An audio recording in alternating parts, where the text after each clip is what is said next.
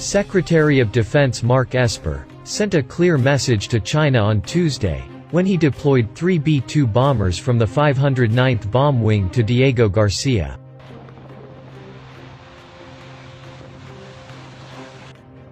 An island in the Indian Ocean, 1,000 miles south of India, Diego Garcia hosts a British military base. But that base primarily serves as a logistics and strike hub for the U.S. military. In 2003, the Air Force upgraded Diego Garcia's facilities to provide shelter requirements specific to the B-2. The first point to note is that of geography. The island's advantage to the U.S. Air Force is its ability to reduce the B-2 flight time to the South China Sea. When at their home at Whiteman Air Force Base in Missouri, B-2 flying at top speed would take at least 12 hours to reach the South China Sea. But from Diego Garcia, the flight time is reduced to just 5 hours.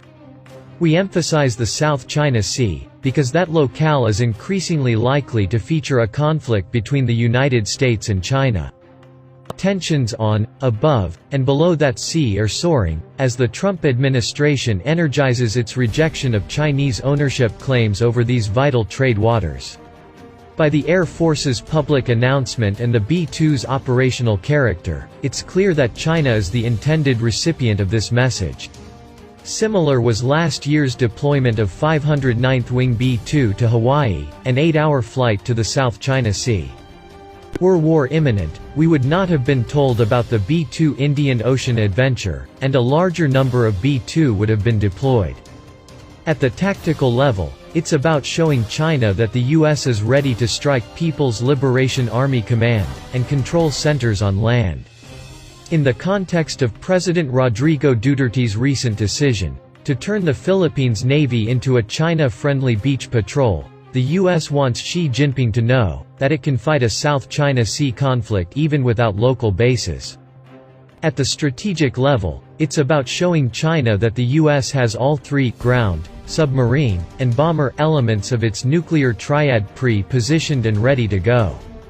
Fortunately, considering that a nuclear war with China remains remote and that the U.S. retains clear operational supremacy in this domain, this B-2 movement is predominantly centered on the tactical concern.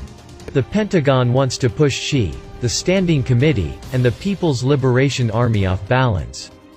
Designed to penetrate layered air defense networks and deep into an enemy's strongholds, the B-2's wartime mission would be to use weapons, such as the massive ordnance penetrators to destroy hardened Chinese command and control networks across its artificially created South China Sea islands. China knows this. But the B-2 takes on added importance in the face of potent Chinese ballistic missile threats to U.S. Navy carrier strike groups. The threat doesn't end there. The Pentagon knows Beijing will also see these B-2 as a threat to its mainland military command. Specifically, to the PLA's Southern Theater Command, headquartered just outside Hong Kong in Guangzhou City. Considering that China would view strikes on its mainland very sensitively, and as justification for reciprocal action against the U.S. mainland, and that Xi is paranoid, the Pentagon's messaging here is obviously designed to rattle Beijing.